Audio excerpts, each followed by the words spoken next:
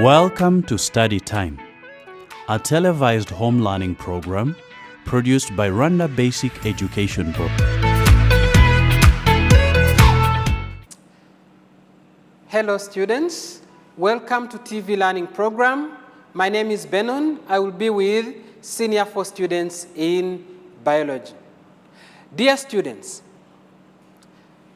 as you know, our body is complex with many body systems, and these systems have specialized functions.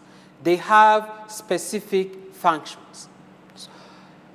Let us take an example of digestive system. It breaks down food into small particles which can be absorbed by the body. From there, I need to know the substances which speed up reactions of breaking down food. How do we call them? Excellent. We call them enzymes. So from there, can we define the term enzyme? Enzyme is a biological catalyst or a protein catalyst which speeds up the rate of chemical reaction. Meaning, digestion is easy because food nutrients are broken down into small particles by enzymes. So from there, our lesson today is from Unit 10, which is about enzymes, and the lesson is exactly about enzymes. Dear students, make sure by the end of this lesson, you're able to define the term enzyme, you're able to show names of different enzymes, and state how enzymes function inside and outside our body cells. So as we have said, enzymes are biological catalysts produced by a living organism to control the rate of specific biochemical reactions by lowering the rate of activation energy of reactants. Remember, activation energy is the energy which is needed for the reaction to take place. Which means if the enzyme is used, then the activation energy will be less or will not be used in the reaction. Enzymes catalyze all aspects of cell metabolism. When you say metabolism, do you understand what it means? It means chemical reactions in our body. There we have two types. We have what we call catabolism. We also have what we call anabolism. Let us take an example. This includes digestion of food in which large nutrient molecules such as proteins, carbohydrates, and fats are broken down into smaller molecules which are absorbed by the body. When these large molecules are there in our body, they have to be digested or to be broken down into small particles which can be absorbed by the body. Take an example. Proteins will be digested into amino acids. Large carbohydrate molecules like starch will be broken down into maltose. There we need amylase enzyme. Then lipids will be broken down by lipase into fatty acids and glycerol. So that is how large molecules, proteins, carbohydrates, and lipids are broken down into small particles by enzymes. We can ask ourselves a question: what will happen when these enzymes are not produced in our body? Many of the inherited human diseases like albinism, phenylketonuria result from deficiency of particular enzymes in our body. Remember, albinism is a genetic disorder caused by lack of melanin in our body. Melanin is a pigment which determines the skin color. So in that case, when we are lacking enzymes or proteins in our body, then we may suffer from that disease. We even have other diseases we can suffer from in case we are lacking enzymes in our body, meaning enzymes are very important in our body. Let us take example of some of the enzymes. 3 types of enzymes needed to break down food. We have amylase. We can find it in salivary amylase or in saliva, and its function is to break down starch to maltose. Remember, starch is a polysaccharide sugar, and maltose is a disaccharide sugar. From complex sugar to simple sugar.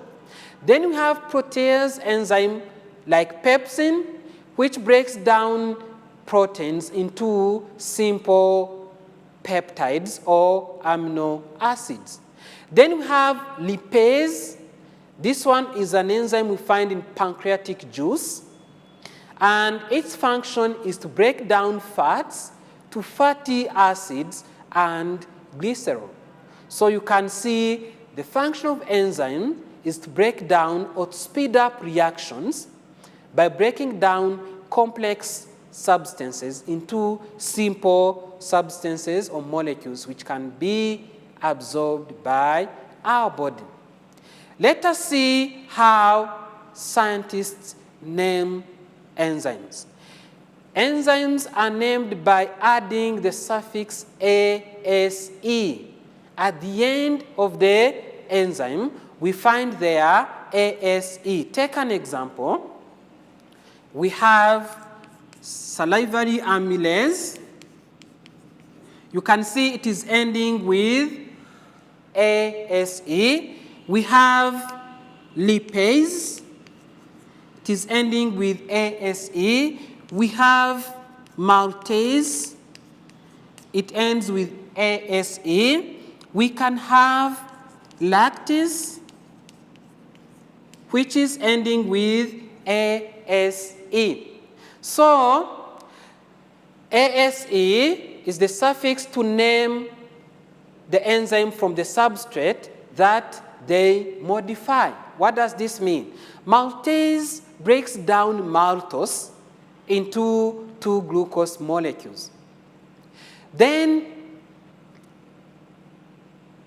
lactase breaks down lactose into glucose and galactose. Sucrase breaks down sucrose into glucose and fructose, meaning these suffixes are added to the substrate they modify or they change. Then from there, some have arbitrary names like pepsin and trypsin.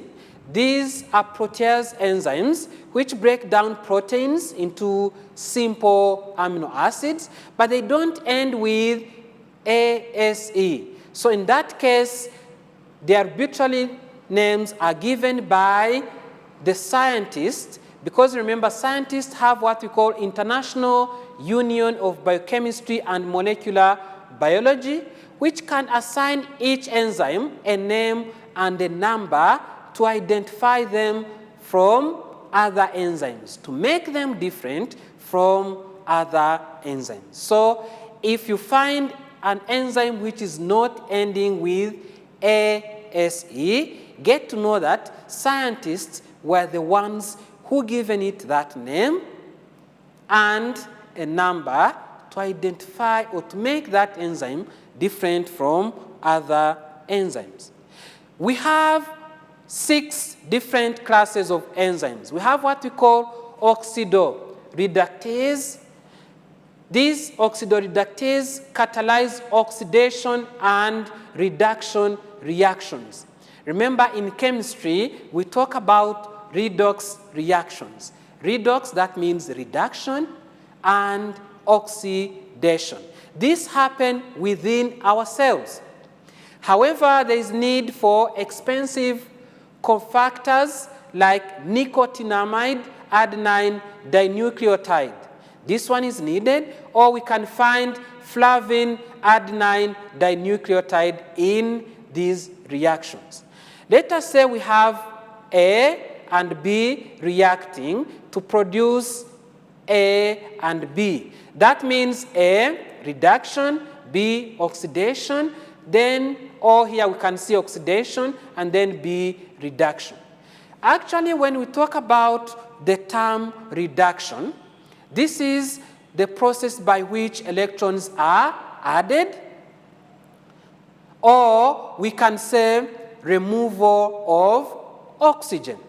When it comes to oxidation, that is loss of electrons or addition of oxygen.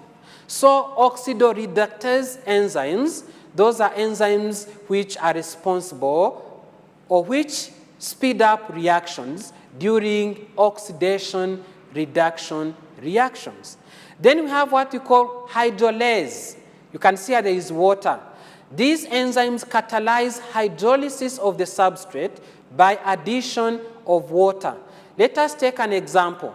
We have sucrose plus water to produce glucose and fructose. Take an example. This is a substrate which is going to react with water to produce AH plus BOH. Remember, this hydrogen and this hydroxyl have been formed from the splitting of water molecules. So what happens? They combine with these A and B that make one molecule so that they produce two different molecules. Then we have transferase enzyme. This catalyzes the group transfer reactions. That means the transfer occurs from one molecule that will be a donor to another molecule which will be acceptor. In that case, most of the time the donor is a cofactor which is charged with the group about to be transferred. An example is hexokinase used in glycolysis. Remember, glycolysis is part of aerobic respiration. Let us say we have this molecule plus C. What will happen? We will see the transfer of the functional group from one molecule to another molecule. You can see this C has combined with B to form BC, and then we have A alone. Then we have lyase enzymes. These catalyze the reaction where the functional group are added to break the double bonds in the molecule, or the reverse where the double bonds are formed by the removal of the functional group. You can see this is one compound, and then during the reverse bond reactions, they form A and B. Then from there we have isomerase enzymes which catalyze the reactions that transfer functional groups within a molecule so that the isomeric forms are produced. These enzymes allow structure or geometric changes within a compound.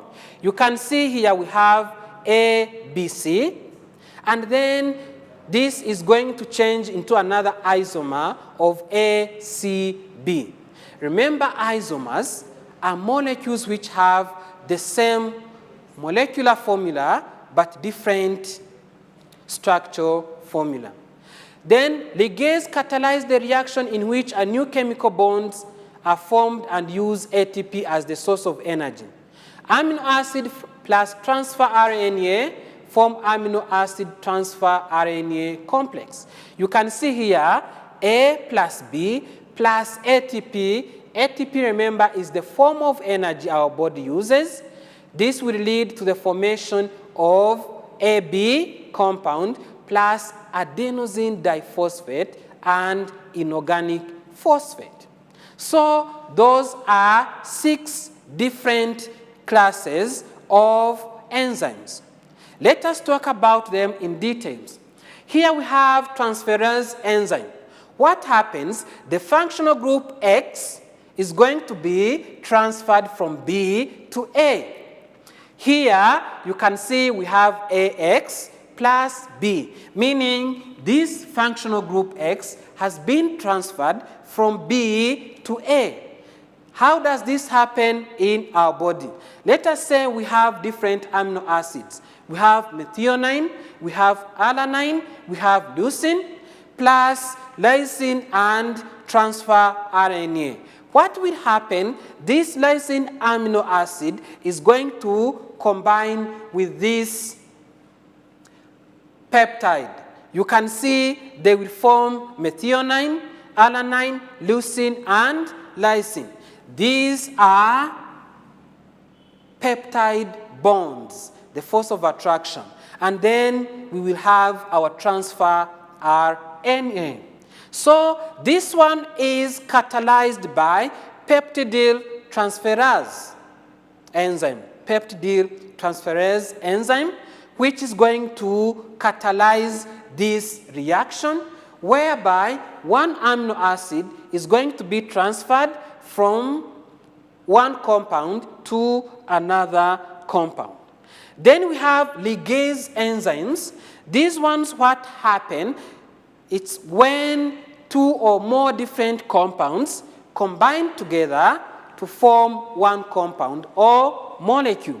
Take an example. We have molecule A plus molecule B, which are going to combine together in the presence of the enzyme to form a single molecule, which is AB.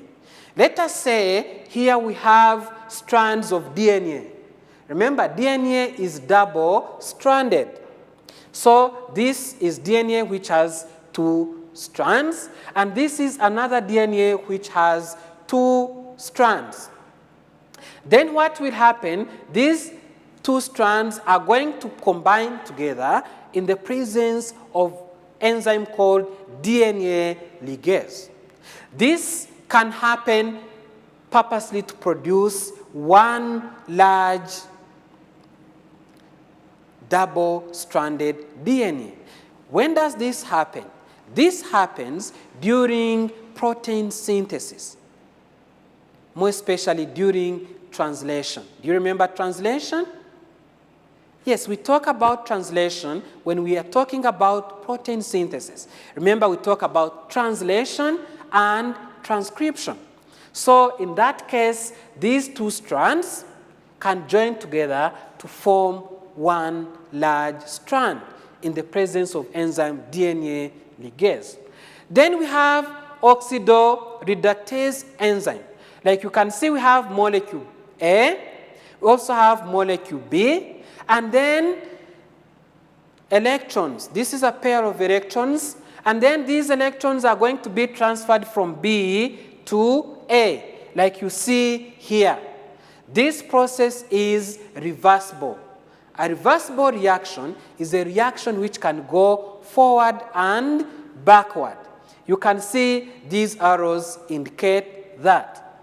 Then this can happen when pyruvate plus nicotinamide adenine dinucleotide hydride combine to form lactic acid and nicotinamide adenine dinucleotide. This happens during glycolysis. Do you remember glycolysis? This is a first step which is very important in aerobic respiration. So for this process to happen, there is need for lactase dehydrogenase enzyme. So this enzyme is going to transfer electrons from this coenzyme to pyruvate.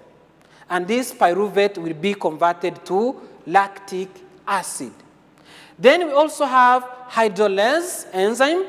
Let us say we have molecule A, then we add water to produce molecule B and C. Let us say we have lysine combined with alanine. This are amino acids which are combined together and they form a dipeptide. And then when we add water, what we call hydrolysis, addition of water, this will lead to formation of two different amino acids. Remember, opposite of this, remember, formation of peptide bond is done by condensation reaction. So when we add water, that is hydrolysis, and when there is removal of water, that is condensation reaction. Then number 5, we have isomerase enzymes.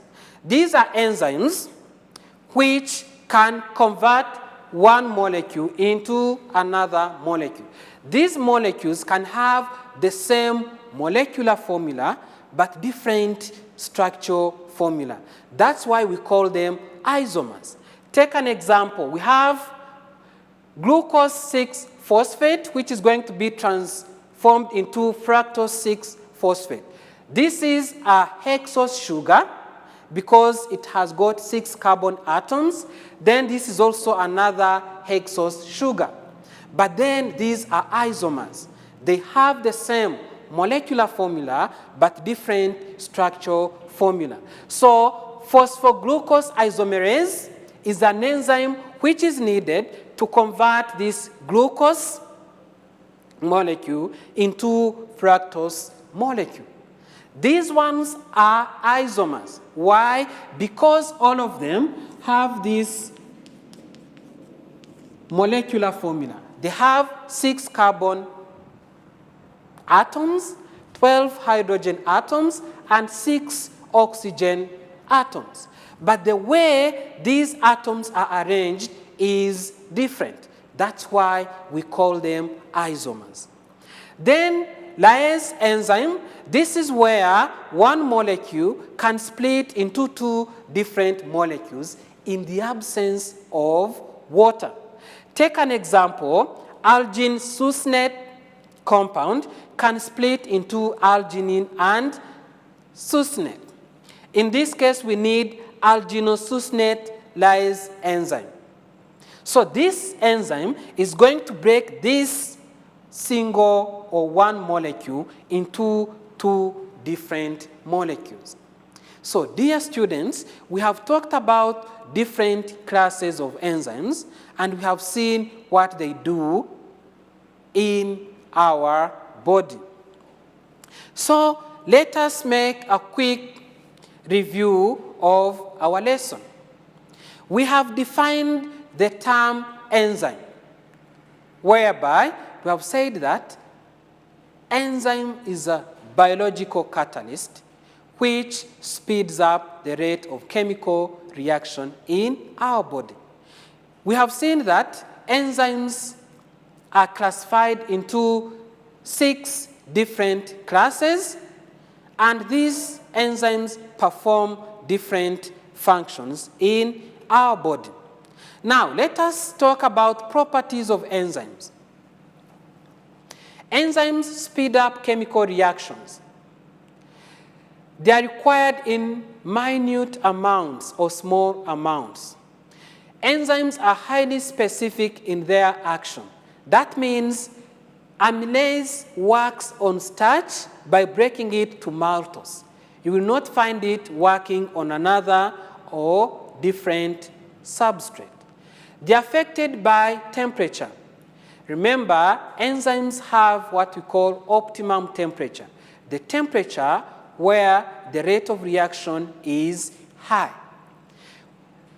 When it goes beyond, or when this temperature goes beyond optimum temperature, then enzymes are denatured because due to temperature, the shape of the active site will change and the enzyme will not be able to allow the substrate to fit into the active site of the enzyme. Enzymes are affected by pH. Some enzymes work best in acidic medium, others work in the neutral medium, and others work well in alkaline medium. So when the pH changes, that means this may change the functioning of the enzyme, whereby when the pH goes beyond the optimum pH, enzymes may be denatured. And if they are denatured, that means the shape of the active site will change and the substrate will not be able to fit into the active site of the enzyme. Some catalyze reversible reactions. We have seen like oxidoreductase enzymes can go in forward and backward reactions. Then some require coenzymes. We have talked about coenzyme like nicotinamide adenine dinucleotide. This is very important, and it can make enzymes work effectively and efficiently. Then enzymes can be inhibited by inhibitors. When we talk about inhibitors, these inhibitors can be competitive inhibitors or non-competitive inhibitors. Competitive inhibitors compete with substrates to enter into the active site of the enzyme, while non-competitive inhibitors don't compete with substrates to enter into the active site. Instead, they bind on another part of the enzyme, and this changes the shape of the active site. In that case, the substrate will not be able to fit into the active site of the enzyme. Dear students, this is your homework to test your level of understanding. I'm hopeful that having followed all the steps of the lesson, you will be able to do this homework. Question number 1, define the term enzyme. Question number 2, explain reasons why enzymes are important in our body. Question number 3, why is it easy to digest hot foods than cold ones? Explain this. Question number 4, explain properties of enzymes. Question number 5, enzymes have generally high turnover number. What is the significance of high turnover of enzymes? Dear students, thank you very much for your active participation. Hope you will do the homework well. Let's meet next time. Stay safe. Bye.